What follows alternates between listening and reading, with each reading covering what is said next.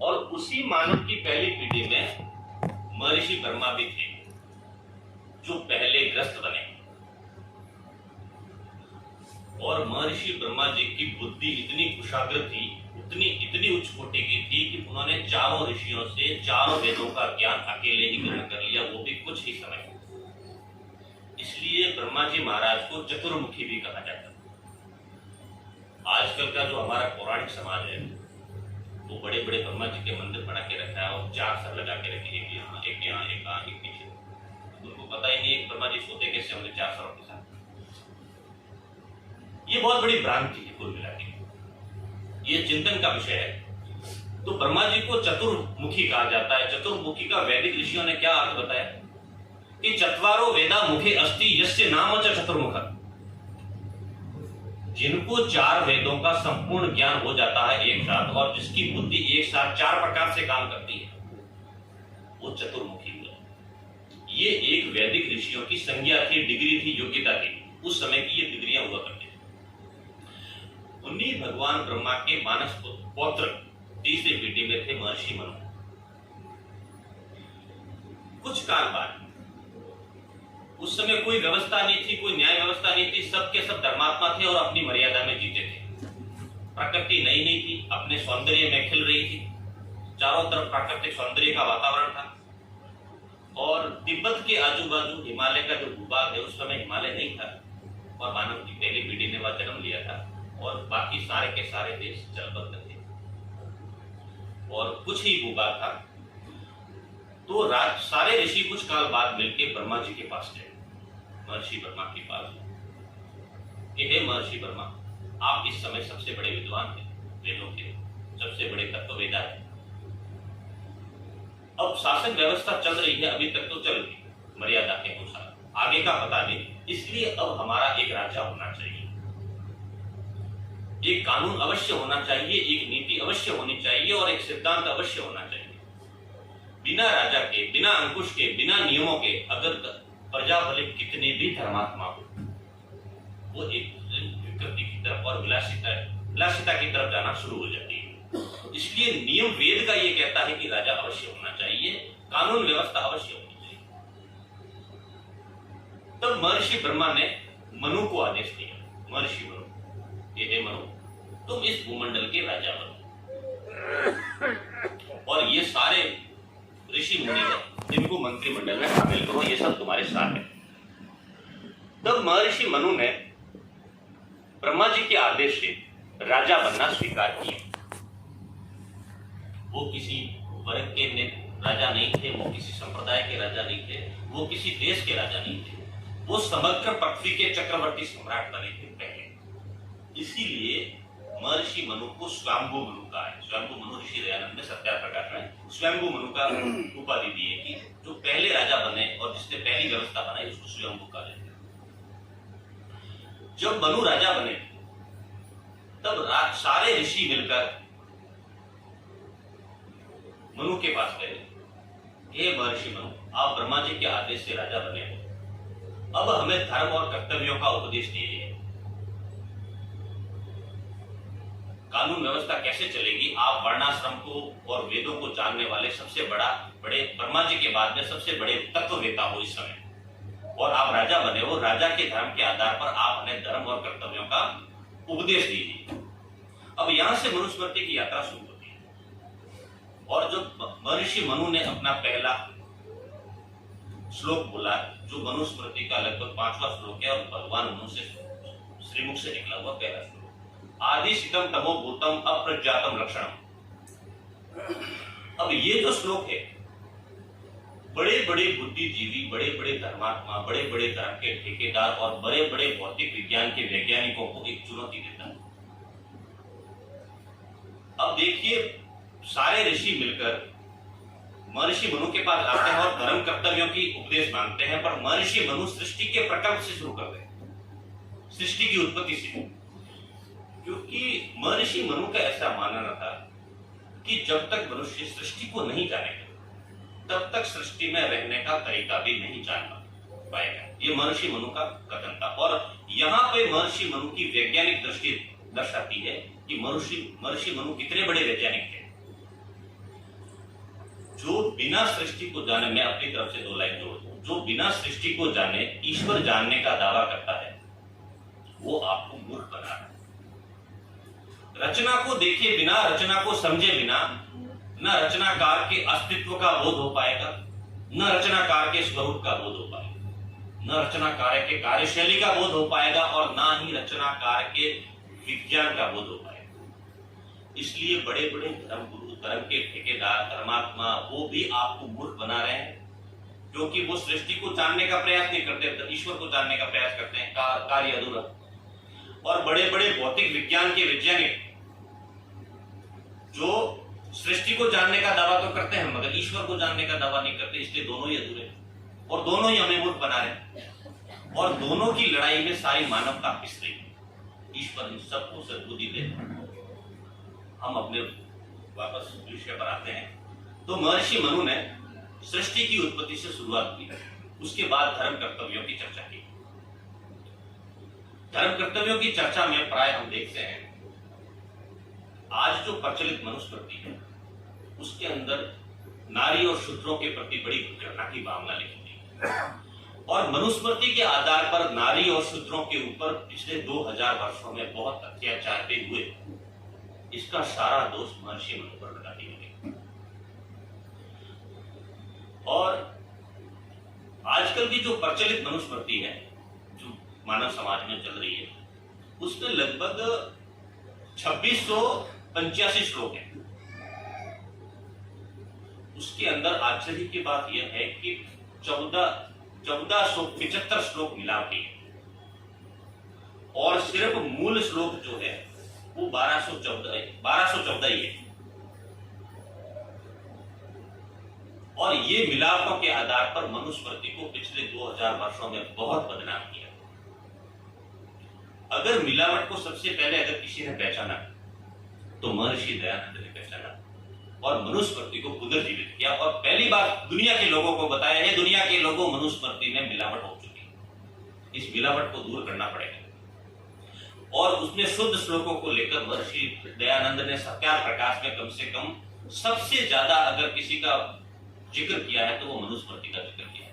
मनुस्मृति के काल के हिसाब से इस सारी कानून व्यवस्था को उद्घोष वहां पर किया है और मनुस्मृति को पुनर्जीवित किया है।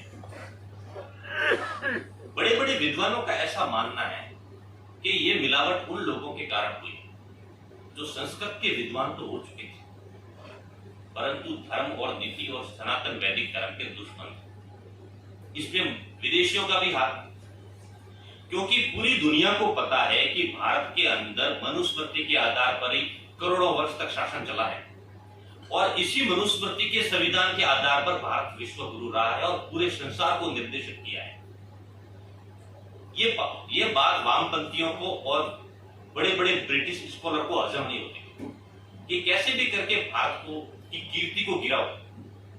इसलिए धीरे धीरे धीरे 2 से 3 हजार वर्षों में 1475 श्लोकों की मिलावट कर इतना बड़ा मिलावट हुआ और इन्हीं मिलावटी ग्रंथ श्लोकों के अंदर नारी और शूद्र की गलत बातों का विस्तार किया गया और मनुस्मृति के आधार पर पूरी दुनिया में, पूरे भारतवर्ष में आग लगा दी गई। और आज भी विचारों की आग तो निरंतर जारी है। आज भी दलित समाज में जो अपने आप को पिछड़ा वर्ग समझता है उनके जो युवा वर्ग है उनके अंदर सनातन धर्म के खिलाफ बीज बोया जा रहा है, जबकि इसमें महर्षि मनु का कोई दोष नहीं है। अब बात करते हैं जाति।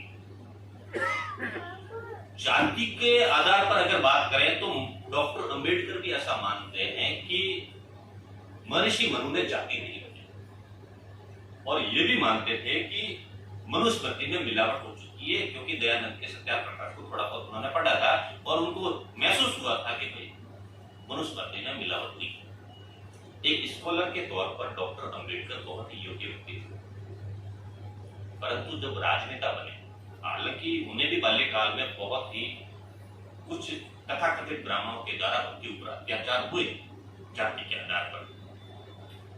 जब वो राजनेता बने तो दलितों के वोट बैंक को हासिल करने के लिए प्रतिशोधवत मनुस्मृति का दहन किया। आर्य समाज का प्रभाव भी था, आर्य समाज ने पढ़ाया भी था। मगर उन सब बातों को भुलाकर वो बोझ बन गए। हालांकि ये अलग विषय है। हम वापस अपने मूल विषय पर आते हैं, जाति व्यवस्था। जाति की बात करें तो महर्षि दयानंद सरस्वती लिखते हैं कि वैदिक ऋषि ऐसा मानते हैं कि जाति ईश्वर करते, मनुष्य करता नहीं, जाति जन्म से होती है। वैदिक ऋषि लिखते हैं, अपने सांख्य दर्शन में भी लिखा हुआ है, महर्षि कपिल लिखते हैं कि जो जिस प्राणी का समान आकार और समान प्रसव होता है और जिसका जैविक विकास समान रूप से हो, वो एक जाति कहलाती है। जैसे मनुष्य एक जाति है। पूरी दुनिया में अगर 800 करोड़ की पॉपुलेशन है तो उन सब की जाति एक है। काले गोरे का, छोटे फिरने लंबे का फर्क अलग है। बाकी ऐसा नहीं है कि भाई भारत की माताएं जो है 9 महीने अपने बच्चे को गर्भ में रखती हैं और अमेरिका की 6 महीने, ऐसा नहीं। सबकी 9 महीने रहेगी। और ऐसा भी नहीं है कि भारत की माताएं हैं जो बच्चे देती हैं और अमेरिका की माताएं अंडे देती हैं, ऐसा भी नहीं है ना। तो कुल मिला के सारी मानव जाति एक है। ये एक जाति, घोड़ा एक जाति, गधा एक जाति, गाय एक जाति। गाय अगर जा रही है तो उसको पूछना नहीं पड़ता ये गाय है तो बैल है, क्योंकि उसकी जाति उसको बता देती है। पर तो मनुष्य की बुद्धि देखो, तू कौन जाति का, तू कौन जाति का, ये ऐसा बोलते हैं। तो जाति ईश्वर कृत होती है, ये मनुष्य मनु ने क्लियर बता दिया कि जातियां मैंने नहीं। और जाति शब्द का उल्लेख भी अगर है तो इस वैज्ञानिक विधि से है। और इस बात को कोई भी बुद्धिजीवी, कोई सी बड़े से बड़ा स्कॉलर और कोई भी बड़े से बड़ा वैज्ञानिक भी इस बात को नकार नहीं सकता निष्पक्षता से कि जाति ईश्वर कृत होती है, मनुष्य कृत होती है। महर्षि मनु ने वर्ण व्यवस्था अवश्य बनाई और पूरी दुनिया को यह बताया कि वर्ण व्यवस्था कितनी वैज्ञानिक होती है। आज वर्ण व्यवस्था के बिना संसार में किसी देश का कोई शासन नहीं चल सकता। जिम्मेदारियों का बांटना बहुत जरूरी है। हम एक परिवार में भी जिम्मेदारी को जब बांटते हैं, कौन कौन सा कार्य संभालेगा, तभी परिवार चल पाता है। तो इतना बड़ा अगर देश और विश्व को चलाना है तो वर्ण व्यवस्था की जिम्मेदारी को बांटना बहुत जरूरी है। उपदेशक शिक्षक वर्ग प्रत्येक देश में, शासन और सैनिक वर्ग प्रत्येक देश में, व्यापारी और पशुपालक वर्ग प्रत्येक देश में है और श्रमिक और मजदूर वर्ग प्रत्येक देश में है। और इस व्यवस्था के बिना किसी भी देश की कोई व्यवस्था चल नहीं सकती। वर्ण का मतलब होता है स्वयं वर्ण को, जो वर्ण करता है वही वर्ण बन जाता है। और ये जाति के आधार पर नहीं। किसी ब्राह्मण के घर में अगर मूर्ख और मंदबुद्धि बच्चा पैदा हो गए, महर्षि दयानंद ने तो सत्यार्थ प्रकाश में ये तक लिखा है कि अगर ब्राह्मण के घर में कोई मंदबुद्धि और मूर्ख पैदा हो जाए तो वो किसी शूद्र को दान देते, क्योंकि उसका ब्राह्मण के घर कार्य नहीं है। और किसी सफाई कर्मचारी का बच्चा अगर टॉपर है, धर्मात्मा है, वेद को जानने वाला है और उसकी बुद्धि कुशाग्र है, वो सफाई कर्मचारी का बच्चा किसी ब्राह्मण को दान दे दे या किसी बड़े से बड़े प्रोफेसर को दान दे दे अपने बच्चे को, क्योंकि वो सफाई कर्मचारी के घर में उस बच्चे का विकास नहीं होगा। उसका विकास होगा तो किसी अच्छे ओहदे के ब्राह्मण के घर ही होगा। जिस व्यवस्था में, जिस मानव कल्याण के लिए, राष्ट्र कल्याण के लिए अगर अपनी संतान को भी दान दे दिया जाए तो मैं समझता हूं इससे बढ़िया व्यवस्था संसार में हो नहीं सकती। ऐसी वैज्ञानिक व्यवस्था महर्षि मनु ने की और उस वर्ण व्यवस्था को एकदम विकृत करके जातिवाद का जहर बोल दिया उस धर्म के ठेकेदारों ने। कई वामपंथियों ने इस मिलावट को दूर किया। अब देखिए, जब जिम्मेदारियों को बांट दिया और योग्यता के आधार पर अपनी वर्ण चयन करने का स्वैच्छिक स्वतंत्रता दी कि आप आओ और अपने वर्ण का चयन करो। वर्ण का चयन गुरुकुल करता था, माँ बाप नहीं करते थे, शिक्षा करती थी। किसी माँ बाप को अधिकार नहीं था कि ये बच्चा ब्राह्मण बनेगा, ये शूद्र बनेगा। अब आते हैं दंड व्यवस्था। न्याय व्यवस्था क्या थी महर्षि मनु की? वर्णों का विभाजन करने के बाद में आज न्याय व्यवस्था की बात करें तो प्रचलित श्लोकों में कहा गया कि अगर एक ही अपराध ब्राह्मण करता है तो उसको धन संपदा देकर देश निकाला देते, उसको सजा मत, उसको धन संपदा देकर किसी दूसरे देश में देश निकाला दे दो, वो अपना गुजारा कर ले। और वही अपराध अगर कोई शूद्र कर दे, रोहित जी, अगर वही अपराध कोई शूद्र, सेम अपराध हो, वही अपराध कोई शूद्र कर दे तो उसको जिंदा जला दो। ये मनुस्मृति के नाम पर, भगवान मनु के नाम पर जोड़ा गया। अब आते हैं हमने मूल मनुस्मृति के ऊपर, ये प्रचलित और जो चल रही है, इसके इस व्यवस्था जो ये एक श्लोक के ऊपर पूरे भारतवर्ष में कई वर्षों तक आग लगे। दलित समुदाय को पूरा भटका दिया गया इसी एक श्लोक के आधार पर। देखिए वामपंथियों की रणनीति, एक श्लोक के आधार पर समाज को बांट दिया। अब आते हैं अपने न्याय व्यवस्था की तरफ। महर्षि मनु ने न्याय व्यवस्था किस प्रकार की थी, ये देखिए। अगर शूद्र 1 रुपए की चोरी करता, सिर्फ 1 रुपए की, तो भगवान मनु न्याय व्यवस्था में लिखते हैं कि उसको 8 रुपया दंड देना चाहिए। कितना? 8 रुपया। अगर 1 रुपया ही दंड रखेंगे तो चोरी करके पकड़ा जाएगा, 1 रुपया जमा करा देगा, बात उत्तम। 8 रुपये, 8 गुना दंड देना चाहिए ताकि दोबारा चोरी ना करे। और वही अगर मैं सिर्फ उदाहरण दे रहा हूं, अगर वही 1 रुपए की चोरी अगर कोई वैश्य करता है तो भगवान मनु कहते हैं शूद्र से वैश्य थोड़ा ज्यादा समझदार है, उसकी जिम्मेदारियां भी ज्यादा है, उसकी बुद्धि भी थोड़ी ज्यादा है, इसलिए उसको 16 रुपए शूद्र से डबल। और अगर वही 1 रुपए की चोरी अगर कोई क्षत्रिय करता है तो भगवान मनु लिखते हैं उसको 32 रुपया दंड दो, क्योंकि वो एक व्यापारी से ज्यादा समझदार है, वो राष्ट्र का रक्षक है। अगर वही अगर भक्षक बन जाएगा तो फिर समाज को बचाएगा कौन? और अब देखिए मुद्दे की बात,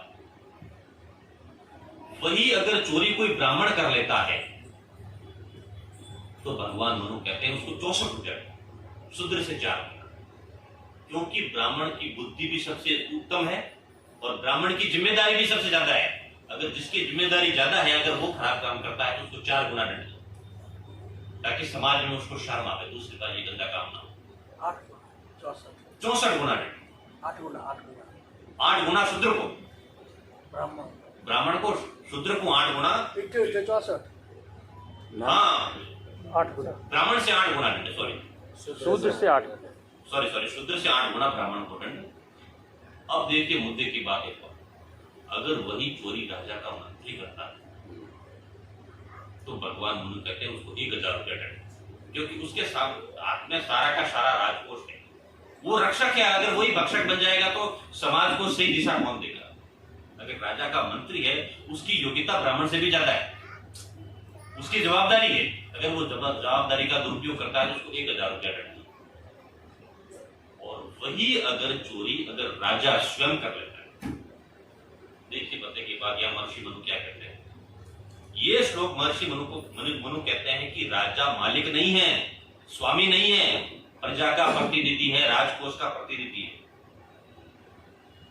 भाड़े का प्रधानमंत्री है, स्वामी बनने की कोशिश तो नहीं करता, वो सेवक है। अगर राजा चोरी करता है तो भगवान मनु कहते हैं उसको मंत्री से 4 गुना दंड दो। देखिए कितनी वैज्ञानिक व्यवस्था थी। अब इस अगर ये व्यवस्था लागू हो जाए तो कोई शूद्र, कोई ब्राह्मण, कोई वैश्य, कोई ये झगड़ा ही खत्म हो जाएगा। इतनी वैज्ञानिक व्यवस्था थी। और आज की व्यवस्था देखिए, बड़े से बड़े हजारों करोड़ के जो बड़े बड़े प्रधानमंत्री, राष्ट्रपति, मुख्यमंत्री करोड़ों के घोटाले कर देते हैं। जेल कितनी होती है? 1 साल 2 साल, और वो भी जेल में संपूर्ण ऐशो आराम। अब मुझे बताइए, भगवान मनु व्यवस्थित विश्व को एक व्यवस्था दे सकते हैं कि आज का संविधान, आज का संविधान ये कहता है कि शूद्र अंत तक शूद्र ही बना रहेगा, वो भले कलेक्टर बन जावे, अपने पीछे वो नाम की छाप हमेशा लगाएगा, ये संविधान कहता है, मैंने। जबकि भगवान मनु कहते हैं कि शूद्र भी ब्राह्मण बन सकता है। सत्यकाम जांबाल जैसे ऋषियों ने ये एग्जाम्पल दिया, क्षत्रिय के घर में जन्म लेने वाले विश्वामित्र ने ये एग्जाम्पल दिया कि वो भी राज ऋषि बन सकते हैं, ब्रह्म ऋषि बन सकते हैं और वेदों के दृष्टा बन सकते हैं। ये भगवान मनु की व्यवस्था है। अब आते हैं शिक्षा व्यवस्था के ऊपर।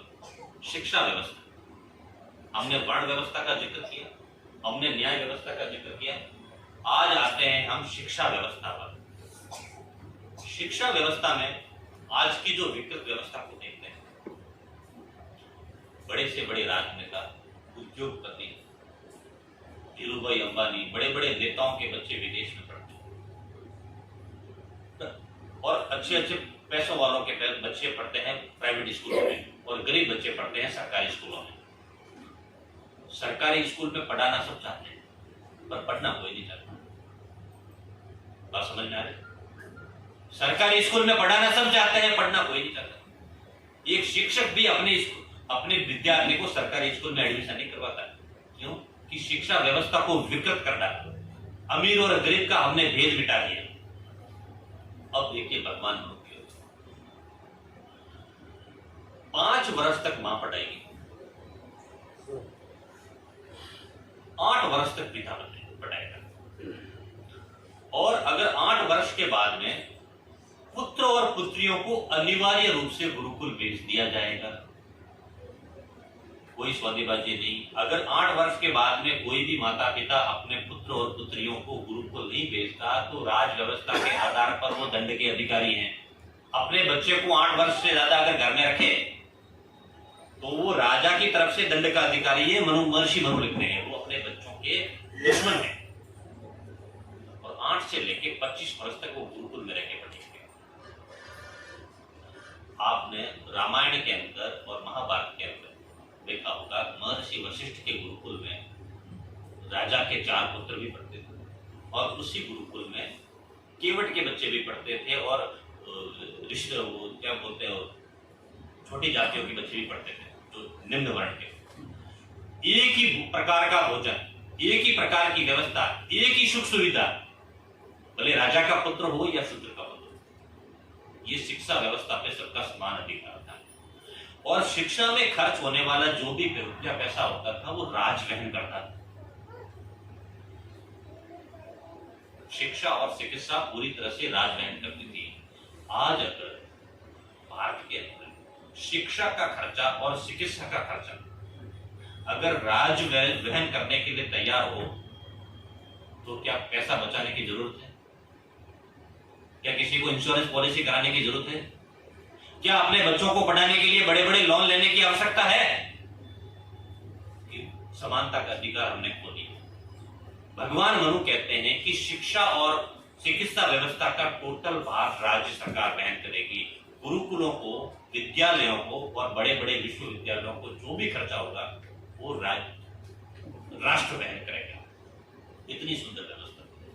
धीरूभाई अंबानी का बच्चा, प्रधानमंत्री का बच्चा और एक सफाई कर्मचारी का बच्चा एक छत के नीचे पढ़े, एक प्रकार का भोजन करे, एक प्रकार की शिक्षा ले और एक प्रकार का आवास और उनके लिए इसके कुछ भी खाने की आज्ञा नहीं। अगर मुकेश अंबानी अपने बच्चों के लिए कुछ मावे पेड़े लेके आता है तो वो अकेला नहीं खाएगा, वो सारे खाएंगे। महाराज दशरथ अगर राम जी के लिए कुछ भोजन प्रसाद अगर गुरुकुल में भेजते थे तो राम जी अकेले नहीं खाते या चारों भाई अकेले नहीं खाते थे। उस गुरुकुल में जितने भी बच्चे थे सब मिल बैठ के समान रूप से खाते थे। ये थी महाराज मनु की व्यवस्था। और आज शिक्षा और चिकित्सा को व्यापार बना दिया है हमने। कहां विश्व की व्यवस्था, कहां महाराज मनु की व्यवस्था, ये आकलन करने का विषय है। महर्षि दयानंद सरस्वती ने मनुस्मृति को उच्च कोटि का कृत्य करा था और मानव धर्मशास्त्र के लिए एक प्राण औषधि माना है। 1214 श्लोक की पवित्र मनुस्मृति डॉक्टर सुरेंद्र कुमार जी ने बहुत ही परिश्रम करके बनाई है और 7 प्रकार के प्रमाणों का हवाला देकर के ये तय किया, काफी वर्षों तक गहन शोध करके कि ये मिलावटी है और ये शुद्ध है। और उसके बाद में उन्होंने कड़ी वर्षों की तपस्या करके एक विशुद्ध मनुस्मृति बनाई। और मैं समझता हूं आज पूरे विश्व में सबसे सुंदर अगर भाष्य है तो डॉक्टर सुरेंद्र कुमार जी का है। आज की मनुस्मृति अगर घर घर तक पहुंचे तो मुझे नहीं लगता सारे झगड़े बचेंगे।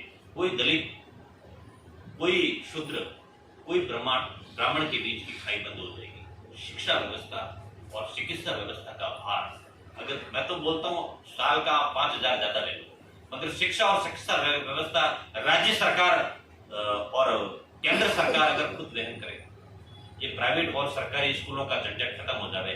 लॉर्ड मैकाले की जो शिक्षा में जो विष भरा है, उस विष को निकाल के अगर हमारी शुद्ध वैदिक शिक्षा अगर परिपात हो जाए तो उससे बढ़िया व्यवस्था हो नहीं सकती महर्षि मनु की। बस इन्हीं शब्दों के साथ मैं अपनी वाणी को विराम देता हूँ। आप सब लोगों ने